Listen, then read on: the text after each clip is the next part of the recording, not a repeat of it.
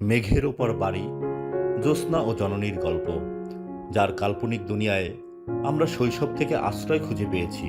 সেই কিংবদন্তি কথাসাহিত্যিক হুমায়ূন আহমেদের নিজের হাতে গড়া এক টুকরো স্বর্গ হল নুহাশপল্লী।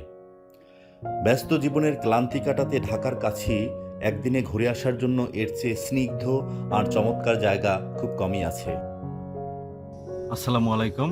ভিন্ন দৃষ্টি চ্যানেলের পক্ষ থেকে আপনাদের সবাইকে জানাই আন্তরিক শুভেচ্ছা ও অভিনন্দন।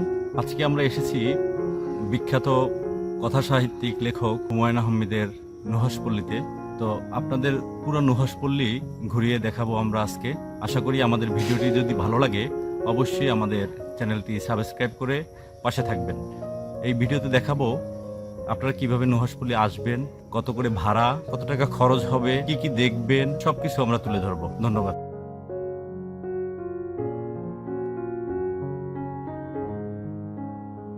নুহাশপল্লী অবস্থিত গাজীপুরের পিরুজালি গ্রামে। আপনি যদি ঢাকা থেকে যেতে চান তবে আপনার হাতে কয়েকটি উপায় আছে। ঢাকার গুলিস্তান, মহাখালী বা ফার্মগেট থেকে প্রভাতী, বনশ্রী, সম্রাট বা ইনা পরিবহনের বাসে উঠে নামতে হবে গাজীপুরের হোতাপাড়া বাস স্ট্যান্ডে। ঢাকা থেকে হোতাপাড়া বাস ভাড়া জনপ্রতি 100 থেকে 150 টাকার মতো। হোতাপাড়া বাস স্ট্যান্ড নেমে আপনাকে নিতে হবে সিএনজি বা লেগুনা। হোতাপাড়া থেকে নুহাশপল্লীর দূরত্ব প্রায় 8 কিলোমিটার। সিএনজি রিজার্ভ নিলে 250 থেকে 300 টাকা নিবে, আর শেয়ার করে গেলে জনপ্রতি 50 থেকে 60 টাকার মতো লাগতে পারে। নুহাশপল্লীর মূল গেটে এসে আপনাকে টিকিট কাটতে হবে। টিকিটের মূল্য সাধারণ দর্শনার্থীদের জন্য জনপ্রতি 200 টাকা, তবে 12 বছরের কম বয়সী শিশুদের জন্য প্রবেশ সম্পূর্ণ ফ্রি। নুহাশপল্লীর মূল ফটক দিয়ে ভেতরে প্রবেশ করতেই আপনার মনে হবে আপনি হুমায়ূন আহমেদের কোনো উপন্যাসে হারিয়ে গেছেন। চলুন দেখে নিই প্রায় 40 বিঘা জমির উপর নির্মিত এই নুহাশপল্লীতে আপনার জন্য কি কি অপেক্ষা করছে। নুহাশপল্লীর ভেতরে ঢুকতেই হাতের ডান পাশে নজর কাড়বে সুবিশাল সাদা রঙের একটি অপূর্ব শিল্পকর্ম, মা ও শিশু ভাস্কর্য।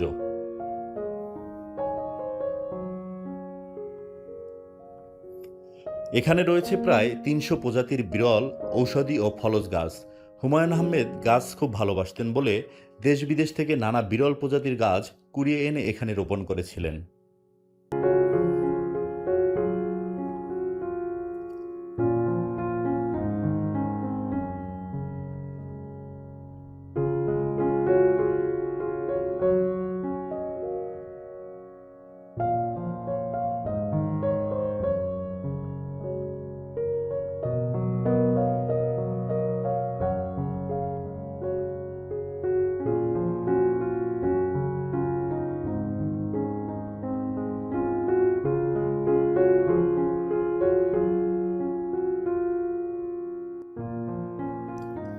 অনেকের মনেই প্রশ্ন জাগে, হুমায়ূন আহমেদ এত বড় জায়গা নিয়ে এই নুহাশপল্লী কেন তৈরি করেছিলেন। মূলত 1997 সালে তার জ্যেষ্ঠ পুত্র নুহাশের নামানুসারে এই নুহাশপল্লীর সূচনা করেন। হুমায়ূন আহমেদ ছিলেন প্রকৃতির ভীষণ অনুরাগী। যান্ত্রিক ঢাকার কোলাহল থেকে দূরে গিয়ে নিভৃতে নিজের মতো সময় কাটানো, জ্যোৎস্না দেখা, টিনের চালে বৃষ্টির শব্দ শোনা আর সাহিত্য চর্চার জন্যই তিনি এই স্বপ্নের বাগান বাড়িটি রূপ দিয়েছিলেন। এখানে বসেই তিনি লিখেছেন তার বিখ্যাত অনেক উপন্যাস, নির্মাণ করেছেন জনপ্রিয় সব নাটক ও চলচ্চিত্র। বিশেষ করে পূর্ণিমা রাতে বন্ধুদের সাথে আড্ডা দেওয়া এবং বৃষ্টি উপভোগ করার জন্য তিনি এখানে নিয়মিতই আসতেন। এটি শুধু কোনো শুটিং স্পট বা বাগানবাড়ি ছিল না, এটি ছিল তার মনের খোরাক ও সৃজনশীলতার মূল কেন্দ্রবিন্দু।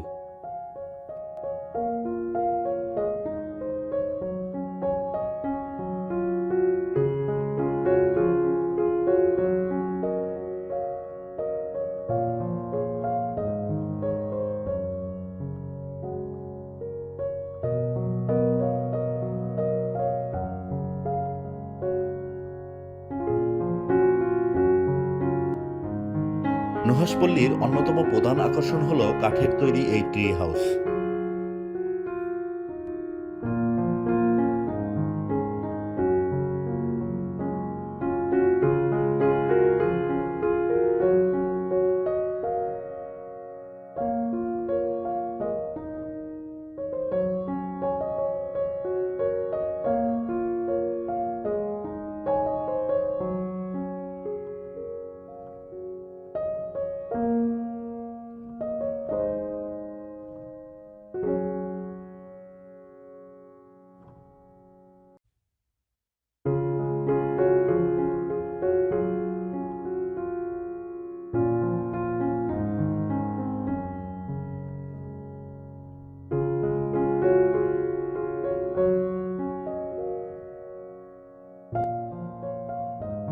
হুমায়ুন আহমেদের অতি প্রিয় কটেজ বৃষ্টিবিলাস, যার টিনের চালে বৃষ্টি পড়ার শব্দ শোনার জন্য তিনি ব্যাকুল থাকতেন।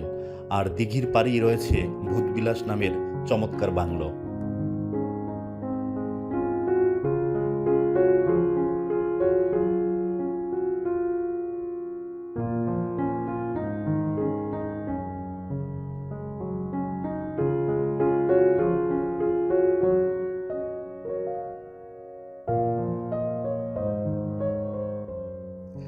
নুহাশপল্লীর ভিতরে সাধারণ দর্শনার্থীদের জন্য প্রথাগত কোনো বাণিজ্যিক রেস্তোরাঁ বা হোটেল নেই।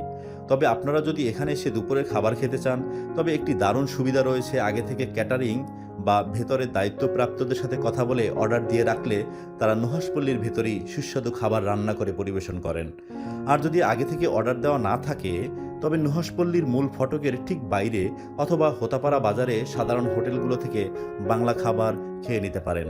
এছাড়া সঙ্গে শুকনো খাবার ও পানি নিয়ে আসতে পারেন। তবে নুহাশপল্লীর ভেতরের পরিবেশ কোনোভাবেই নোংরা করা যাবে না।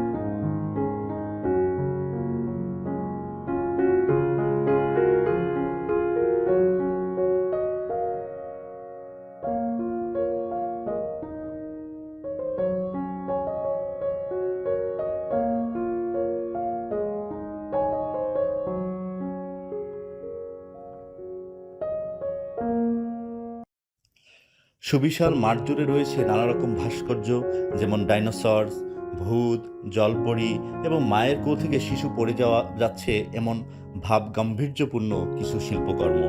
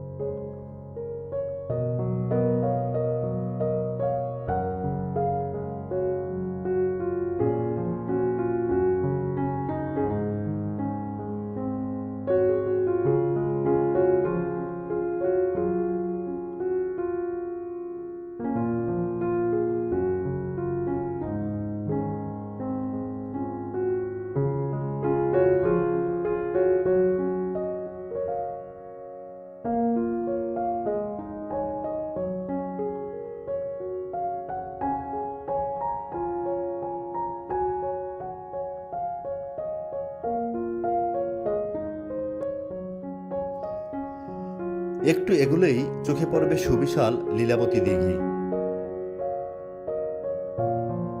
হুমায়ুন আহমেদের প্রথম কন্যা সন্তানের স্মরণে নির্মিত এই দিঘির মাঝখানে রয়েছে মনোরম দ্বীপ ও কাঠের সাগর।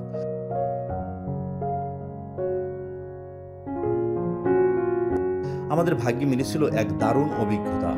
এখানে এসে হঠাৎ কিছু পরিচিত বন্ধু ও ভাইদের সাথে দেখা হয়ে যায়।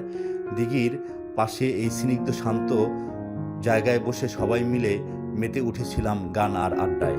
প্রকৃতি আর সুরের এই মিলন মেলাটাই মূলত নুহাশপল্লীর আসল সৌন্দর্য।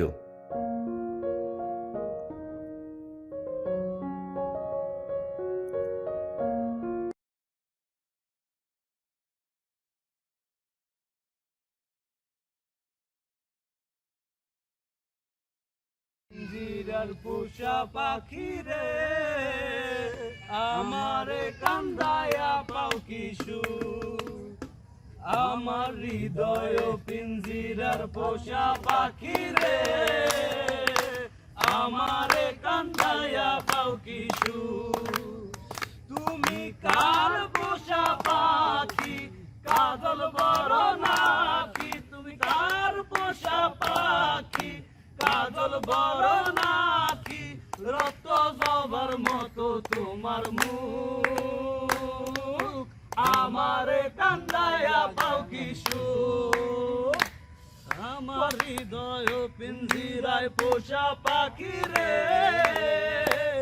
আমারে কান্দায়া পাও কি সুখ প্রথম জৈবনের কালে যেদিন তোমায় দেখেছি এ দেহ পিঞ্জিরার মাঝে আপন করে রেখেছি আপন করে রেখেছি প্রথম জৈবনের কালে যেদিন তোমায় দেখেছি এ দেহ পিঞ্জিরার মাঝে আপন করে রেখেছি আপন করে রেখেছি আমি জানতাম যদি পাখি দিয়া যাবি ফাঁকি জানতাম যদি পাখি দিয়া যাবা পাখি দেখতাম না তো লই মায়া মো আমার দয়া বাবু ও আমার হৃদয় পিঞ্জিরায় শোষা পাখি রে আমারে কান্দায়া পাও কি সুখ সুন্দর সুন্দর সুন্দর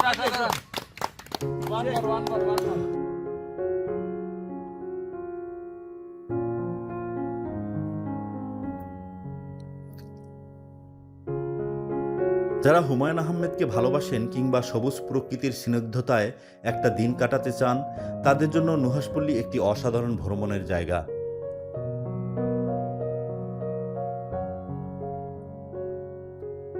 আজকের ভিডিওটি আপনাদের ট্রাভেল প্ল্যান তৈরিতে সাহায্য করলে অবশ্যই একটি লাইক দিন, কমেন্ট করে জানান নুহাশপল্লীর কোন জায়গাটি আপনার সবচেয়ে বেশি ভালো লেগেছে। এই ধরনের ভ্রমণ আর নতুন নতুন ভিডিও পেতে চ্যানেলটি সাবস্ক্রাইব করে সাথে থাকুন। সবাই ভালো থাকুন, সুস্থ থাকুন। আল্লাহ হাফেজ।